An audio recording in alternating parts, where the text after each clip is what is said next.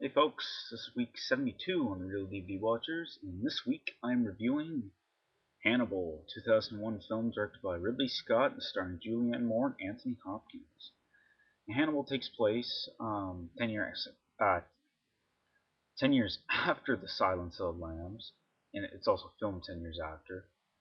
And it just basically follows up on Clarice and Hannibal.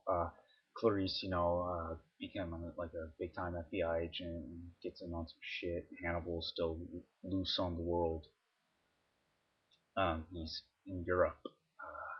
He does some bad shit in Europe. But anyway, a lot of people actually complain about Julianne Moore. I didn't mind her. I think it would have been like, you know, Jodie Foster is Clarice Starling, but Julianne Moore, like, she wasn't atrocious. The friend I borrowed this from said she was just terrible bad, but I didn't think she was. I wouldn't go and call it terrible bad. I just thought I thought it was decent. Anthony Hopkins, though, as always, is pretty good. Or not pretty good. He's fucking awesome. He was fucking awesome, and he does Hannibal great yet again. Um, Although Hannibal's not as good as Lambs, because just whenever you talk about this, you've got to compare it to Silence of the Lambs, and part of the reason why I didn't feel this was a superior is that when I watched Silence of the Lambs, I was on the edge of my seat the entire time.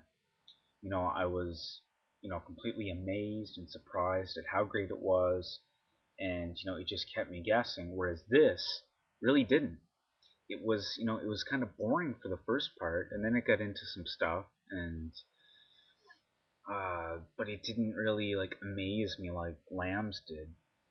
Um, but I think though one of the most entertaining parts in this is when he's like eating Ray Liotta's brains.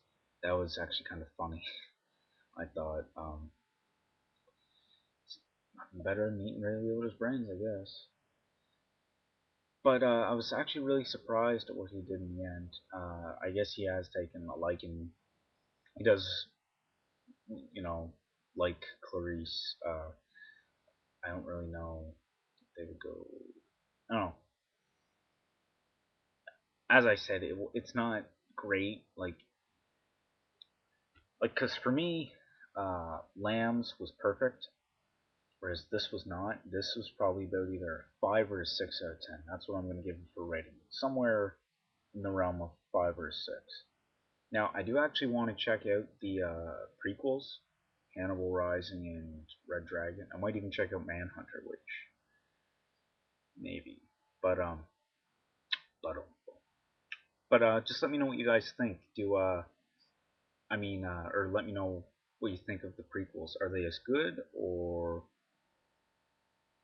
you know, I'm probably gonna check them out anyway, but I just want to hear your thoughts on the prequels and this, of course. But whatever.